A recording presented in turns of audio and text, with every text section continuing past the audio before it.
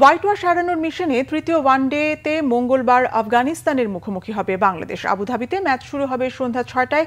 ৩ match সিরিজে ২-০-তে এগিয়ে আফগানিস্তান। এর আগে টি-20 সিরিজে আফগানদের ৩-০-তে হারিয়ে বাংলাবাস করলেও এখন ওয়ানডেতে উল্টো হোয়াইট ওয়াশের শঙ্কায় টাইগাররা। ২০২৭ বিশ্বকাপে খেলার লক্ষ্যে এখন থেকে প্রতিটি ওয়ানডে ম্যাচই গুরুত্বপূর্ণ বাংলাদেশের জন্য। ২০২৭ ওয়ানডে বিশ্বকাপে সরাসরি খেলার সুযোগ পাবে র্যাঙ্কিংয়ের শীর্ষ ৮ দেশ। তাদের সঙ্গে সরাসরি সুযোগ পাবে ২ স্বাগতিক দক্ষিণ আফ্রিকা ও জিম্বাবুয়ে। ২০২৭-এর ৩১ মার্চের মধ্যে শীর্ষ ৮-এ উঠতে পারলে বাংলাদেশও পাবে সেই সুযোগ, নয়তো ১৯৯৯ সালের পর আবারও বাছাই পর্বে খেলতে হবে টাইগারদের। যদিও আফগানদের বিপক্ষে ওয়ানডে সিরিজে ব্যর্থ বাংলাদেশ। প্রথম ২টি ম্যাচে পরাজয়ে সিরিজ হাতছাড়া হয়েছে, এখন হোয়াইট ওয়াশের শঙ্কায় টাইগাররা। দ্বিতীয় ওয়ানডেতে বর্তমান সময়ে বিশ্বের সেরা লেগ স্পিনার রশিদ খানের বিপক্ষে দৃষ্টিকটুভাবে উইকেট হারিয়েছেন হৃদয় সোহানরা।